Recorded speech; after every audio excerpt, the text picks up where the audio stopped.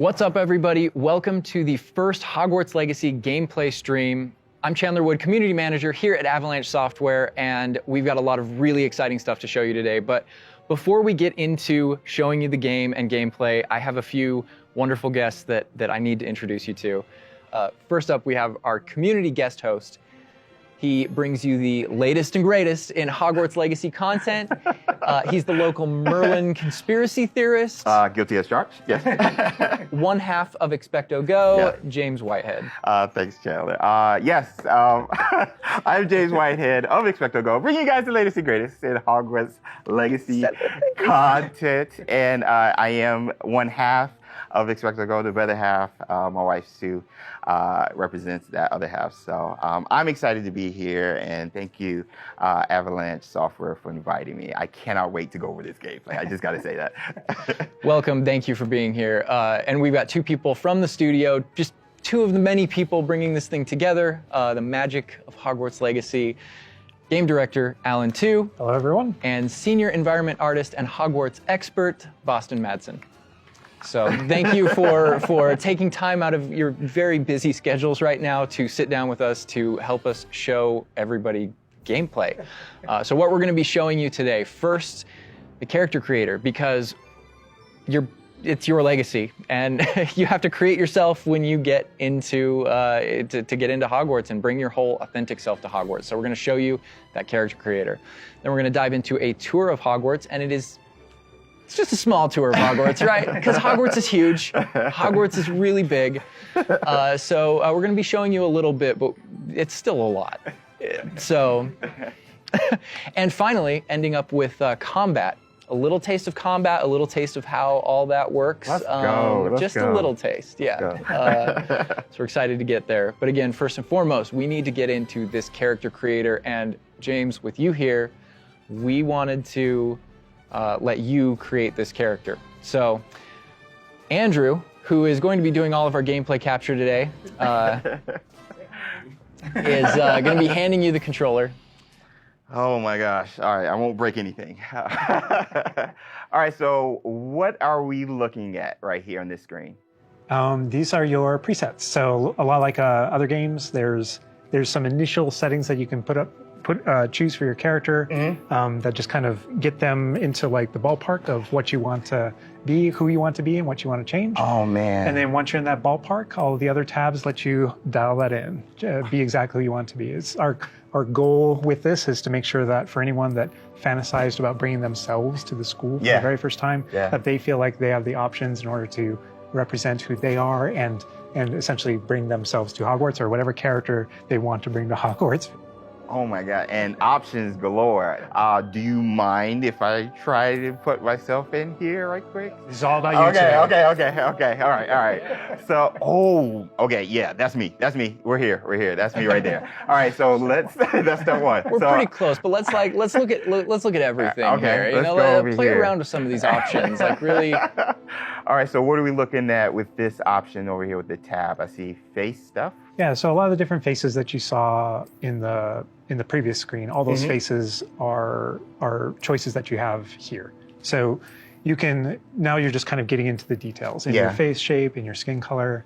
And then because we knew a lot of people going right in are going to want it right away, even though it's an option later in the game, you can collect different types of glasses, put them on later. We give you some options right up front if you want to have glasses for your character. Oh man, oh my gosh, look at the structure of the faces with this. Wow, you guys thought of crazy. I like that. I don't think my face is that skinny, but I think we'll go that. I think we'll go that route. And down here is this. Those are your glasses there. Yeah. Oh, so we could go Harry Potter if we want. Awesome job. Oh man, and this is just some of the options, I'm assuming. Yeah, so through the course of the game, there's a lot of different options that you'll keep unlocking. Okay. So as part of kind of like gear for the character, there's lots of different classes. There's even masks. There's all kinds of things over the course of the game. I like how it's all Victorian era, though. Yeah, like, right up front. very authentic. Such a good call. Oh my gosh. All right, so now, we can go fleek on this one with the hair. I spend a lot of time here just like dreaming about my different characters. And what they're my be gosh, the pony. The thing I'm always amazed by whenever I see any aspects of Hogwarts Legacy's character creator is just the texture. And like you even adding the bounce with the hair moving around. Yo, that kind of looks like Hermione a little bit. I'm not even gonna just like Fred. I'm not Fred. And we can just go. Can I go like Tonks purple or green a little bit? Absolutely. Oh. Yo, this is so cool. Oh, I like that. That is cute. Oh, okay, so little behind the scenes. I used to have this type of hair like way back, but Was it purple?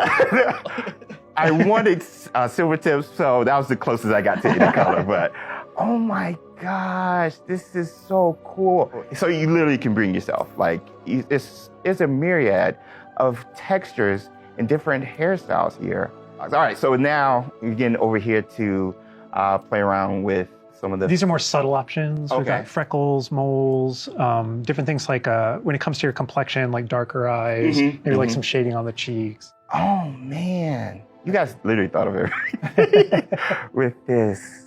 I do have a bit of fun with that. And then the scars are one of those options where, Harry had his own unique scar, but you can come in with different scar options. Yeah.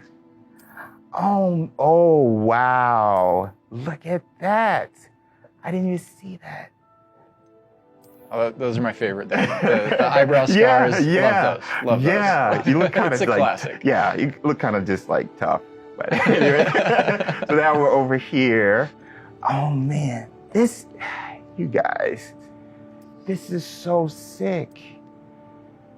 Again, getting more subtle here, really like dialing in that face to really get your. I don't know how revealing I want to be with my facial features now. Just like, yeah, I kind of have a big face. Yeah, my eyebrows kind of sit kind of low.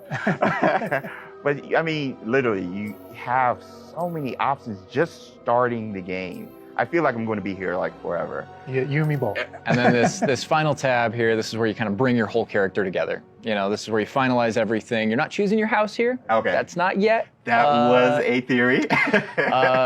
But here's where you bring you choose voice 1 or voice 2, which is more kind of a masculine or a feminine voice, and then even within that, changing your pitch, with the pitch slider. It's a subtle slider, but Yeah. but you can hear it, Concerned about.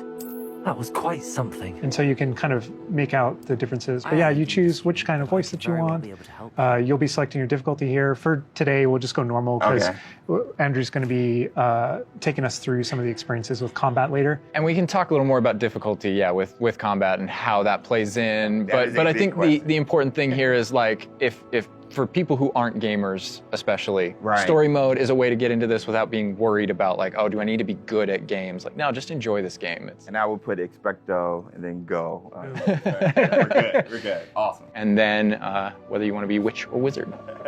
Amazing. What'd you think, character creator? We're good. I'm good. Let's explore Hogwarts and let's get into some combat. All right. Through the magic of using a dev kit, we're going to be loading up a save a little later in so that we can show you more about Hogwarts and give you that taste of combat. All right, Andrew's got some gameplay pulled up for us here. We are starting out, James. There you are. You're wearing the House Fanatic robes from the account linking. Thank you. I do look good. And this is our first look at the Hufflepuff common room, I'm assuming. I mean, dorm room. The dorm room. Yeah.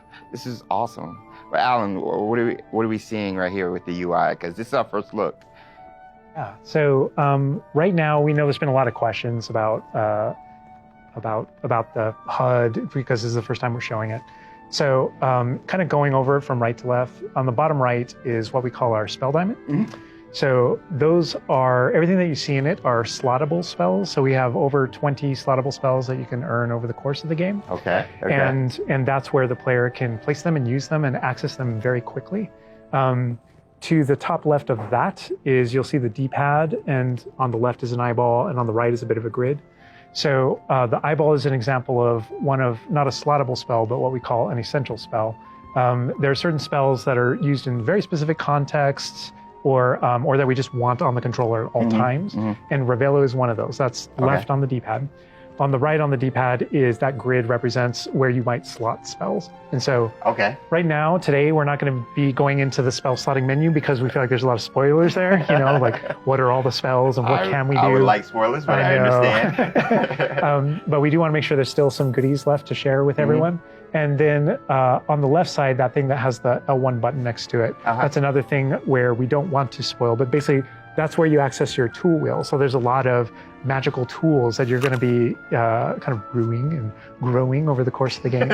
And so that's where you would access them rapidly is our tool wheel. Okay, cool. There are a few things that I left off the table on the right. The green bar is your health, and basically there's a potion next to it. That's how you might heal. The bar above it, we're keeping a secret for now. I apologize. And all the way on the left is our mini map with a kind of overhead view of where you are currently in your common room that updates as you travel through Hogwarts and beyond out into the world. And for those fans out there that aren't a huge fan of minimaps, because we know they exist, there's also options to remove the minimap and turn on or off different elements of our HUD. But really immerse yourself. Yeah. And we'll go more into the spells as we get into combat, but that's what you're seeing there. And this is our HUD. Also, Andrew's giving us a good look over here. I want to call out. I'm a big fan of the bedside tables in the dormitories. Very nice bedside tables. They are nice bedside tables. Yeah. The honey-colored wood was mentioned in the writing. It's part of lore. It's part of lore. There we go. All right. So now we're walking out into... We really tried making these low-ceilinged dorms to give you that Badger set sort of feel. And the first thing I know is the music. The score is amazing with this. Gorgeous. And I'm calling out here, this is unique music that you're hearing for the Hufflepuff Common Room.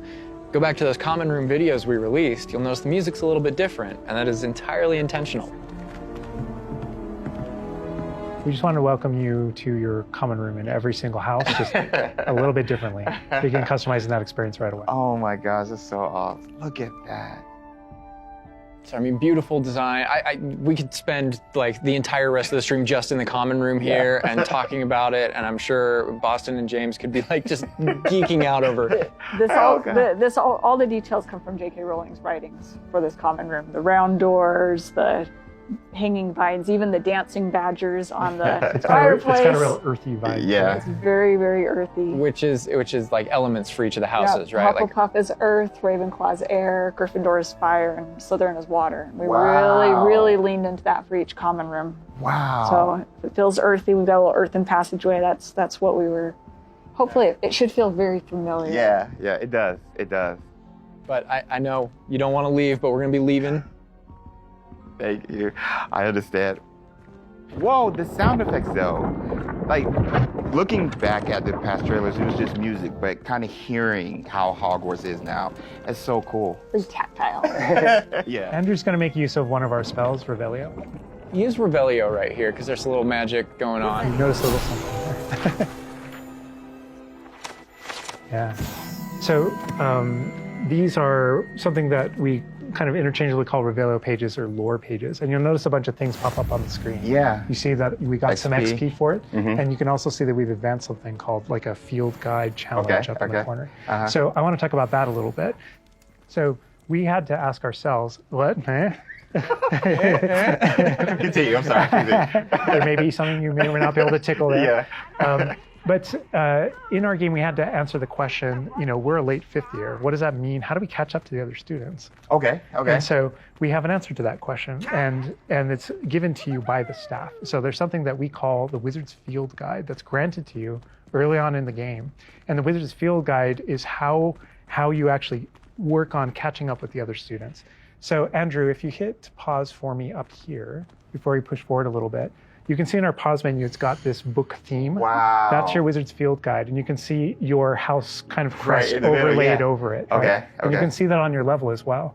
So that the Field Guide has this magical property of looking out into the world around you. And the reason why it's on loan from the Ministry of Magic and the professors have granted it to you as a late fifth year student is because they want it to help you catch up to the other kids. And its magical property is to discover different opportunities to learn and grow all around you.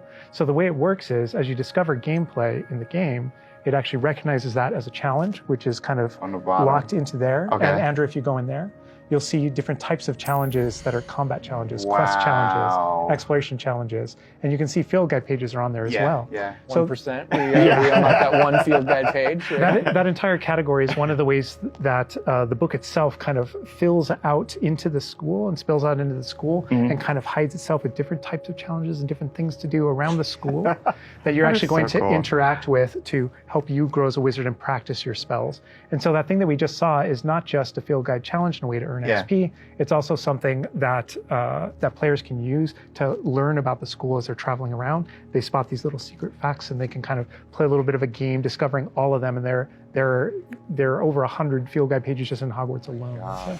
Little glimpse of the grand staircase here. We're not gonna... Circular staircase. All the match the tower. portraits. Yeah. And I did notice the flue flame just ignite right there, which was so cool. Yeah.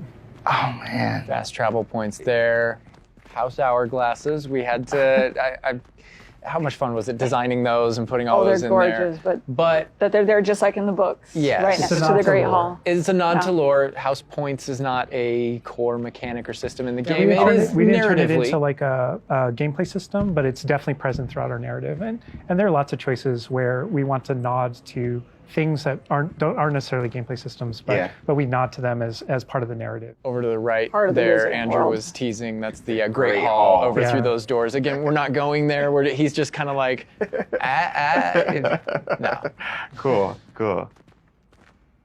Here's another collectible page. You know, just again showing you like just these things around Hogwarts that you can do and pick up. And That's a shot straight from the trailer too. Just that part right there. I recognize I that. might be giving you a little fan service here with callbacks to those. So And this must be summertime because I noticed these are the summertime windows. These windows will change with the seasons. Yeah, the detail they put into this is kind of I get surprised by it all the time. That's a even know that was a sentient thing. magic castle. So. Oh man. And we're going out. Look at that. This is where the students would normally kind of congregate just to kind of chill out, play, meet each other outside the Great Hall before and after meals. And I love the way that when the castle interconnects to, that it interconnects outside, inside. There are pathways on both sides of things, so you really get a sense of scope to how big this castle is. And when you see things, like you'll notice a bridge over there, that's a place you can go to and cross. Like everything that you see is a place that you can visit. Wow. We put a lot of effort in making it feel really alive. Not just with student population, but even just the greenery and stuff. It's Scotland. Yeah. And this castle's been here for hundreds of years. So just kind of the moss and all the trees that have overgrown it and Oh my gosh. that landscape, that This Scottish. location might look a little familiar to you. I thought I recognized it. I believe this is from the Spring ASMR. And yes, so that puzzle right there, that view, Andrew is taking us right back to I am going to tell Andrew not to interact with that puzzle and to keep moving on. We can't spoil everything. We can't give you everything, right? Hogwarts contains a lot of secrets. Oh my God. But this is this grand entryway right here coming down into a really kind of central area. Yeah, we're coming upon the central hall, and we pointed out the greenhouse outside, and we'll notice when we get down there that it's on the right. This is a big hub of the school. Like it's a big castle, but it is designed so you shouldn't get very lost. This is kind of a grand central station. I love that. I love Each that. direction, it's green over there, so the greenhouse is over there. Transfiguration Courtyard, the library straight ahead. So it's kind of the hub Oh my of God. a lot of the castle. Even the color, visually, you can just tell, okay, green, Oh, green, go that greenhouse. way. Oh my God. A lot of it'll be subconscious, but Yeah. it'll help you really learn the castle and feel like you know your way around. That's not to say that it's easy to learn. All of us here still get pretty lost in it It on a is a daily castle. basis. It It's a is. castle. Great point. I love that Andrew's definitely teasing a lot of things here. I'm noticing he's swinging the camera this way and that. Yes. He's got this grin on his face over there that's just like, yeah, I know what That I'm statue doing. I know is what I'm from the reveal trailer. There's that dragon. Oh my This God. is another location where the students will gather, and just kind of chill out. And an opportunity to talk to somebody, get a Yeah. quest giver here. Is everything all right? Yes, I'm sorry. I'm Nellie, by the way. I'm just so excited that the Daedalian keys are back. The what keys? The Daedalian keys. Surely you've seen them flying about. Rumour is that a former headmistress, Professor Moll, conjured them to protect the contents of certain locked cabinets years ago. Professor Black couldn't be bothered to disenchant the keys, and they appear every few years. You should try to catch one. Why would I do that? Each key will lead you to a locked cabinet somewhere in the castle. If you can manage to get the key into the cabinet lock, not an easy task, you may find a reward.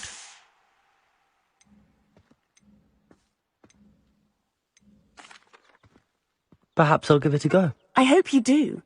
In fact, I think I heard one of the keys in the astronomy tower. You should listen for them. So those kind of side quests are really, it's a cool way to interact with your fellow students, with perhaps other teachers, with, various things like that, as well as teach you some more of the secrets of Hogwarts, I think. There's a little bit of that. Absolutely. Yeah. So the students are a way to kind of like flesh out the school opportunities around it, what we can do. And then those interactions, different interactions with different characters can also offer different choice points for the player. And then some of those things can affect things game-wide. Some of these affect characters' lives, the ending of the game. And sometimes it's just about you being a little bit of a nice guy or just being a jerk. Yes, absolutely. So the scale really varies, but those opportunities exist for the player. Wow, look at this. This is the Dada Defense Against the Dark Arts. Power. Which this is one of my favorite locations in the castle. Just visually, you come in here and just the richness of this area is very iconic, very unique to anywhere else in the castle. Somebody else that we can talk to, notably a younger student. Yeah, she looks like a first year or an 11-year-old. Are you all right? Don't you know who I am? Zenobia Noak, the girl whom everyone at school hates for no reason.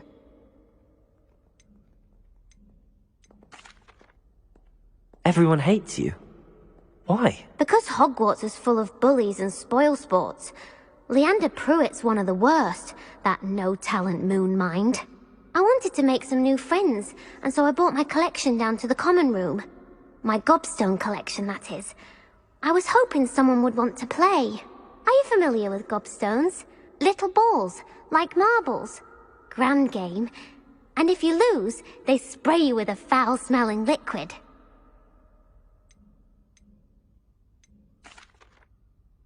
I haven't much interest in a game that sprays you with odors. Only if you lose, which I never do. Or at least, not often. People can be so cruel. Just because they're sprayed all over with smelly gobstone spit, it's their own fault for losing. Imelda is one of the worst losers. Everett and Astoria are terrible as well. And now those poor losers have taken my gobstones and hidden them in very high places all over the school.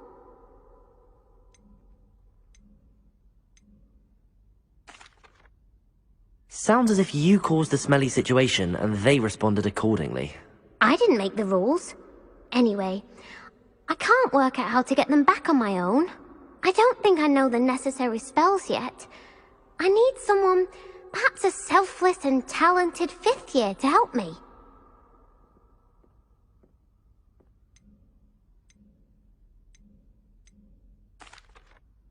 I'll see what I can do. I'd appreciate the help. If you do find all of my gobstones, do come and see me again. I'll be back to playing Snake Pit and Jackstone by myself in no time. I love that interaction with her because there's so many ways that you can go with that. You can you can feel for her. You can be a jerk to her. You can be like, Gobstone sounds awful. It sounds like you're just mean. Yeah, and your opportunities to be mean there aren't over. So, they continue. That's a good example of the Gobstones too. I know people are gonna ask. Gobstones playable? They mentioned it, right? Yeah. Gobstones is one of the things that is not playable in the game. I know we've had to rip the Band-Aid off on a few things. Honestly, it's an amazing thing on the franchise how many things about this, like like speak to us as fans and that we want to turn into gameplay. And there were calls that we had to make over the course of production of kind of like which things we will and won't include in the bucket, just kind of for the overall health of Wizard's the thing. chess. Those are things that aren't featured. Aren't featured. They're featured within the world. Right? I'm glad they're mentioned. They're a part of the wizarding world. Every single time Part of there was something that students' we regretted because we couldn't include it. We also tried to figure out a way to make sure that it was included in the narrative, included in the stories, make sure that there's a way to kind of like acknowledge it, touch it, and make it feel like it's definitely part of the world. And I know here too, we're your like, reaction. I was like, we're in the Sophisticated Dark Arts class. I recognize that staircase to the left where we were just at. Andrew was walking by. I also recognize the dragon at the very top. Oh my gosh. Being in a classroom, I think this is a good opportunity to talk about how classes work, because we've gotten a lot of questions about that. Is it a schedule-based system? Is it so tell us how classes work. Yeah, so ultimately decided not to go the sim route. So I think like one of the speculations was, is there time of day and that kind of thing. Like, can I miss class at this time of day? There is a day-night cycle. Yeah, there is a day-night cycle, but everything is very narrative-based, and so there's a big mystery going on in the world. There's something happening in the narrative, and we essentially see it as kind of like chapters in that narrative. Each chapter of which has a set of missions that you can choose between as you're progressing through the game, and classes fit within that structure. So there are mainline things that the players have to do, and then classes also appear on the sides as well as optional things that help you advance your spells. It's absolutely true that classes provide all of your major tools throughout the gameplay, your spells, your major abilities. You get to know the professors. Each one of them has these bespoke kind of events and moments in those missions. And then there are also additional opportunities outside of that through kind of like side classroom missions, essentially, where you can learn additional spells or things that you need in your adventure and also get to know the professors better. And I just want to call out something that Andrew's been kind of showing off, ways to kind of interact with the environment and just engage with the world. And, maybe down there he's sipping some tea with the Victorian high, high society. High society. And it's no wonder you like this area because we built it for like the purebloods and the Slytherins. Oh, come on. Well, like, speaking of lived in, like, the sound effects again, the chatter of the communication that's happening and the footsteps, like, it just makes it feel more alive. Little events like that, the brooms going I by just saw overhead. a broom go by. Love that. The data tower was one example, but no two hallways should look the same in Hogwarts. It has a lot of personality. Every hallway should be a little bit different, and that's mostly to help orient the player, help you not get lost. But this is Hesperus Hall. That's a little nod from the Marauders, a name that came from the Marauders map. But every hallway will have a little bit of a different personality and personality. I like that because it does like Hogwarts has character. Hogwarts is its own character no matter where you go. Yeah. Feels just a little bit different. Yeah. a sentient castle full of magic for hundreds of years. Yeah. It's going to kind of And grow full and of, develop. Oh, I heard something. Yeah. Speaking of characters. Speaking of magic, Mr. Magic himself. My feature poltergeist too. We talked about building on lore too. I know there's that statue over to the side. That's Do you know who that is? Lachlan the Lanky, Yeah, and he's got his Bowtruckle friend. And I think if players don't know, there's another Revelio page there. Yeah, there's a map of Argyllshire. We know the fat lady hides there. Hides behind it. That's right. The third book. But sometimes a hallway has personality by how it looks, or we just passed a music hallway where the portraits have kind of taken it over, and so the sound makes it really unique. All right, I got to call this out here. I know there's been some criticism in the past that our trailers and our gameplay and what we've shown so far has not had enough owls. Okay, so here we are at the Owlery. We're looking directly at the Owlery to show you all of the owls. It's a lot of owls. It's a lot of owls at the Owlery. I love the owls. fog rolling down that. Great callback. Great call. No, I also love that as I one of my favorite things about just kind of going around on the outside of the school is that all those things that I see are places that I can go to, that I can visit. I just love that sensation knowing that is real. That lovely Scottish countryside. We're kind of closing out our mini tour of Hogwarts. And again, it was is but a fraction of this enormous castle. But we're closing it out here in the clock tower. So another recognizable location. But this is where Crossed Wands, which is the secret, not so secret dueling club is that the students have put together. Professors definitely know about it, but they think they're being clever. And it's run by this Lucan Brattleby here. Who's in a younger year, but we kind of like that that he's running things. Hello, Lucan. May I use the training dummy? Of course. I'll fetch it and give you a list of combinations to practice. Ready to have a try now? That would be wonderful. Be sure to cast all your spells before the dummy lands.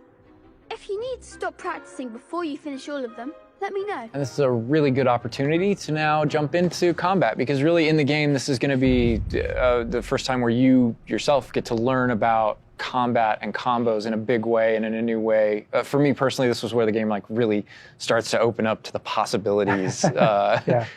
So we've set up a training dummy, and this is kind of an activity where you're supposed to execute according to kind of the iconography on the top. Now, what we see on the top is the Accio spell, followed by 4 what we just kind of lovingly refer to as basic shots. There are certain spells what the wizards kind of like use, just kind of fling. Andrew's using one now. And you trigger that by tapping R2 on your controller. So you can see in the corner R2. So if you tap R2, that throws out a basic shot. But that R2 is also your gateway to all of the spells that you might slot. So if you hold R2 instead, you can see how the diamond expands. And if we let go, you see how it contracts. Yeah. And so if you hold it again, it expands. And so when it expands, then all the spells that you slotted while you're holding that button can now be tapped with your face buttons. Awesome. And not only that, but over the course of the game, you can gain additional spell diamonds, up to 4 additional ones, so that you can slot up to 16 spells, pretty much instantly. And then that helped us fulfill the fantasy of in combat, I need to be able to access things very rapidly. Yeah. And so you learn over the course of these events, how to juggle not just the spell casting, but also it reinforces an understanding of another feature of the wheel, which is their cooldowns. So as you're casting spells, just to make sure that you're not just kind of like repeatedly using one thing over and over and over again, you can see cooldowns on the spells that he's using on the wheel. And then as you progress through the game, there are different things that can affect things, like cooldowns through your talents, different things that allow you to kind of like juggle and adjust and update those things. And so if you hold down R2 and you tap the D-pad, it will switch between your other diamonds if you've unlocked them, and that's how you access all those. Oh man, it looks like we're about to get some action over here. Yeah. So this is a great way to kind of learn how to pull things together, So you pull those combos right together. Here. Yeah. Tap, Accio, tap, tap, tap. Awesome. Well done, Andrew. And that's just against the dummy, but I mean... I'd say that's enough practice. You looked good out there. Thank you, Lucan.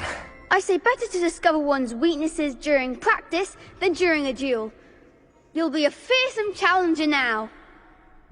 I think now we can take on something a little more challenging. It's going to shoot back. Now let's talk about some more features of the combat system. Hello, Lucan. Is the next round of Crossed Wands all set? Why, yes it is. I've got a great match lined up. Ready for another round? We're on a PS5 dev kit here, so we're going to be able to kind of pause the action and talk about what you're seeing on the screen, because there's about to be a lot going on. Okay.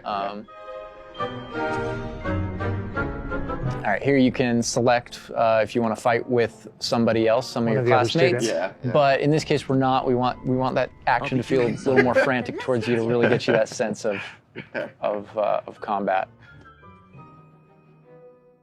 So apparently you've got quite the reputation, because they've got you up against 3 people. 3, yeah. Off the jump. So I can explain this just because I know people are going to go into it, but we can probably just kind of jump in. So you're not the only one that has Protego and the ability to deflect. The enemies do too. and we actually play with that when it comes to the spell casting. So you notice that there are different colored kind of shields around the different characters, and you also notice that your spells have different colors on them. So to help players understand kind of like the function of their spells, we kind of put them into brackets. So there are damage spells, there are force spells, there are, I'm forgetting the other one, all of a sudden, control spells. And so those things for the player, they wind up also being a color indicator for which actual spell to use to break the different shields that enemies can use. That way it rewards kind of like that close attention that you're paying on things. We've got this paused here now, and you can kind of see all the elements on the screen, the halo around the avatar's head, each of the different shields, to kind of give us a breakdown of what's going on. Give us a breakdown of different things that you're saying. So you notice at the top that we're kind of like calling out which enemy you currently have targeted and their level and health. And so, as you target different characters, you'll be able to get that breakdown. The halo over your head, whenever an enemy is about to an attack, it's almost like you have a little bit of a sixth sense for those things that are coming. If you see the halo, it means there's an incoming attack, and if you tap the triangle button by default, then that you will be able to deflect that attack that comes in and off with the protect. And I love that deflect where it goes off and like hits things up and kind of breaks things off walls too. But also, if you hold the button, then it doesn't just deflect. It also deflects and turns around with a counter attack stupefy that actually stuns the enemy. And you can use that even in your combos and stuff. So if you're focused on a character, and you're doing your thing, and someone else attacks you, you can actually turn that attack into a direct attack on the person that you're comboing. Back into gameplay here. Andrew's gonna pretty handily finish these other students off here, win this duel. Look how fast it is. It's like a dance. Yeah, we really felt like in the movies, there's almost like it's kind of like there's this element of kind of like fencing from a very great distance. That's such a good call. And there are a lot of things that we had to do with our controls and combat system in order to kind of capitalize on that idea that's pretty unique to the Wizarding world. Understandable. Yes. Well, perhaps you should try that next time. The other duelists have already taken notice of you, but after that last round, they'll really have it in for you. You'd better keep practicing if you want a chance at winning, or at least surviving the next round. I'll let you know when we're ready. Hope to see you then. The next round is for all the gobstones, so to speak.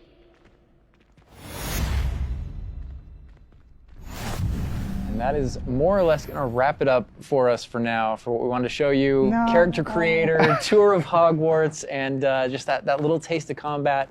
But we didn't want to leave you without maybe a little taste of something that we may show in the future, may show next time. So leaving the castle, going out here.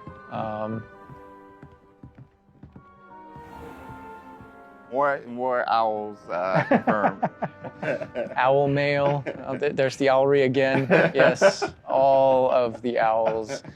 But yeah, just heading out here again to show you like from Hogwarts to the world beyond Hogwarts. And this is not somewhere where we're going today, but we will definitely be taking you in the future. A little glimpse at the scale of the castle back there. All right, so we're gonna wrap things up here, but I hope you guys have enjoyed everything that you've seen, but I think, James, you may have a few other questions here at the end of things. So while we're done with what we're showing on the gameplay side, I know there's a few things that you wanna pick Alan and Boston's brains about. I would love that, because there's a lot. Let me grab it. All right, so some of these questions we did pull from the community secretly, but I did pull from the community. So, and also from, going through this, I feel like you've come up with some things you want to talk a little more about. I'm sure. Elaborate on, because we went through character customization, Hogwarts itself, and even combat. So this would be like for the both of you guys. Will we be able to go back and change our character creation if we don't like it? So not everything, but there are certain things with hairstyle, hair color, so kind of like core shapes, like with the body and face, not after the fact. Okay. But there are lots of things. There's kind of like a barber shop in Hogsmeade that you can go to, and Of course, there's inside a wizard there, barber. you Right. customize, yeah. You could change your hair color for holidays or something, right? Oh my gosh, that would be so cool. And the game features a lot of appearance customization in it, so there's a ton of options there. But that's in terms of like your character and stuff that you have, the character creator. It's like a smaller set of what you saw there. Okay. Oh my gosh, awesome. Next question: what kind of leisurely activity can we do? Can we study with our free time? I mean, what will we be doing just hanging out in Hogwarts? Because as you progress through the game, there's a bunch of different missions that open up. Most of them are driven by different characters' personalities. You know, some of them want help getting up to hijinks, or some of them want to just explore secrets in the castle because there are new secrets in our castle to explore. And so, so I think there's a bunch of things to do. And when it comes to class, as I mentioned earlier, it's not just kind of like the mainline stuff. There are kind of like extracurricular assignments, some of which are optional, some of which are kind of like blockers for main mission. Kind of like you can't go on this mission until you have the spell. And then the spell is open, you know, the assignment and how you complete it with your professor. And so there are opportunities to study, so to speak, like with that. But they do all take the form of our mission structure. As you mentioned earlier. Wow. Let's get into some combat right quick. Do spells have different levels, or are they all equal? Do spells have different levels, or are they all equal? I'm trying to think of how to describe that. So each spell has kind of like its own core identity and what it does in the game with regards to both kind of like puzzling, world exploration, and enemy combat and all that kind of stuff. And then it's through the talent system. When you go into that, it's kind of like each of those spells has ways to kind of like advance and grow and change. And as you spend talents, in some cases, it even changes like the way you approach the battlefield and things like that. So I'd say that's no more true than with like dark arts, for example. And as you go down that line and you kind of play around with those talents, it really does start to kind of like affect even how you approach combat and how you think about the battlefield. I won't be touching the dark art stuff, but I know many of you guys will be. Maybe on your second playthrough? Second playthrough, yes. Okay. Dark Hufflepuff coming, #soon. I want to close off with this question, and this will be for everybody, and we'll start with Boston. With this game that you guys have been working on for however long and the excitement you guys have, what's one aspect of Hogwarts Legacy that you are excited for the fans to experience? Boston. I think I'm just excited for the fans to play through the world, specifically the castle, and maybe go read those books again. I hope that whether you're already a fan and love this game, or this is your first introduction into the world, I hope they just point at each other in the best way possible. And I'm just excited for fans to get to finally go to Hogwarts and feel like they can own it and live there. I've lived there for 5 years. It's a great place to live. Official 5th year. It's really funny because I want to give a different answer, and I will. But I actually feel like the most honest answer is really similar. Because my favorite thing when running around, playing the game, and getting to know Hogwarts the way Boston knows it, because she knows the school and the lore better than I do, and thank God, right? Because you want the person architecting it to really know that. But when I rewatch the films or I'm rereading passages from the books, there's a different relationship to those things having played the game. And so it's really looking over the edge and seeing location. I'm like, oh my God, I'm right there. And in the movie saying, I know what's around that corner in the film. Like if you go down this way, there's actually a thing over here, and there's this person over here, and this thing happened, and it just adds all this richness to everything that you already love. And not just that, but you're going to add your own story. So you know what happens around that corner because you did something. And then the quick answer, just to have something different, is I just love being on a broom. I just love looking at the whole world and just being like, okay, I can just go. I can go there. That vantage point, there's just something exhilarating about it that feels very different in that kind of open air and on that thing. It's just like, it's kind of incredible. and wrapping it up, you know, for me, it's just bringing the community together with it and sharing those stories, because it is your story, and you are going to be writing. You know, this is your unique experience within this, and even within the things that are the same, it's going to be your unique experience. It's different from mine. It's different from. We're all approaching it from different places, and I think that's going to be really cool, the way that everybody brings those things together. All right, and that's everything that we have to show you today. I know maybe it wasn't everything you wanted to see, but it was a whole lot of stuff. Character creator, a little mini tour of Hogwarts there, just a small part of it, a little bit of combat. And we do have some more stuff coming up for you in the future. Hogwarts Legacy releases on February 10th, 2023, and is available for pre-order now. But that's going to do it from us. We're going to leave you with a little something else, but for now, bye. Bye.